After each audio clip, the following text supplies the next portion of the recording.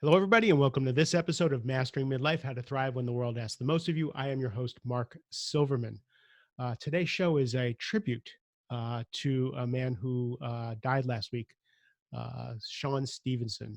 Sean is big deal in the self-help industry. Very entertaining guy, a speaker coach, a psychologist. Um, really has made a huge impact in the world. And I spent a lot of the week reading just the ripple effect of what he brought into the world. He did a TED talk called "The Prison of Your Mind" that he did from a prison. That was my first introduction to him from my coach, Rich Litvin, who was friends with him. And ever since then, I've been sending that TED talk out to people as an example of how we make our own prisons in our minds. So I'm going to put that in the show notes. I want you to see that, along with a couple of other videos from Sean that are just breathtaking.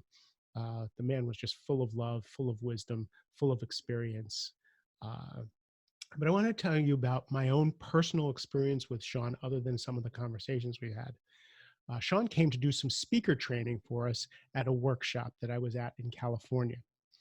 And this was when I was actually a little bit new to this profession, and I really wasn't finding my voice. So I was really nervous in front of people.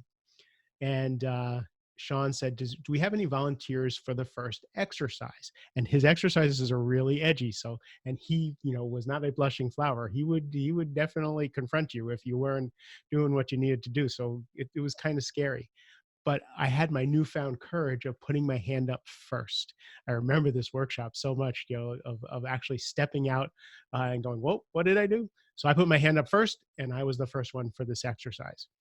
So in this exercise, what Sean did, again, this was speaker training, and what he wanted to do was get us in the mindset of being of service to the audience. So he had everybody in a circle, and then he went off and conferred with some people while I sat in a chair at one end of the circle and Sean sat at the other end of the circle. And then while Sean had me seated, he had uh, somewhere between 5 and 10 people line up uh, in front of me. And one by one, each person just stood in front of me and told me about their pain, about whatever it is they're dealing with.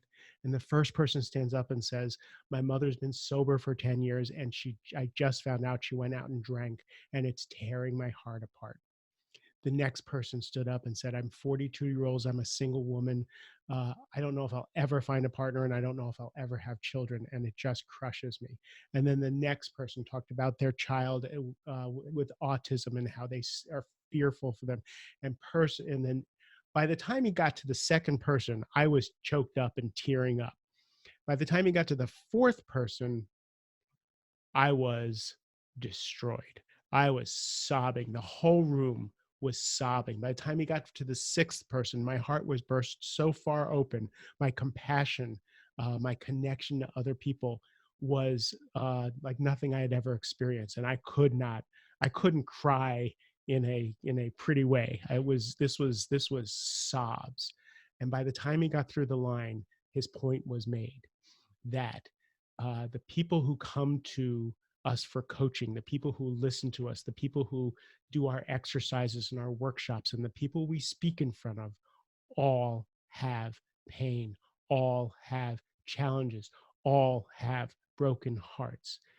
They can be successful, they can be happy people, they can be productive people, but if you're human, you have a heart and it's been broken and you're dealing with something. And I have never forgotten that message from Sean. I'm choked up now. Oh, wow. I am really choked up now thinking about what a gift that man gave me in knowing no matter how good anybody looks. And all these people in that line looked really pretty and really successful and really, put together. And when they shared their hearts, it was only one. Like this whole room was one. Sean uh, has had a way of breaking through. Part of it was his appearance. He was 3 feet tall in a wheelchair, and so to have such a powerful man in such a frail body was also something that commanded attention.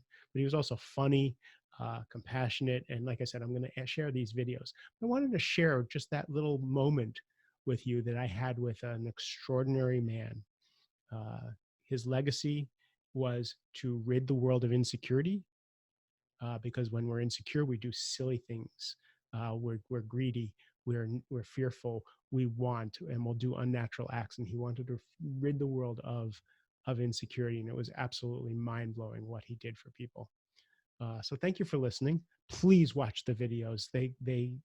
I can't do this man justice, and I really, really appreciate you listening to me. I actually think I need a good cry because, again, he touched me so deeply with what he brought. I love you, and have a great rest of the day.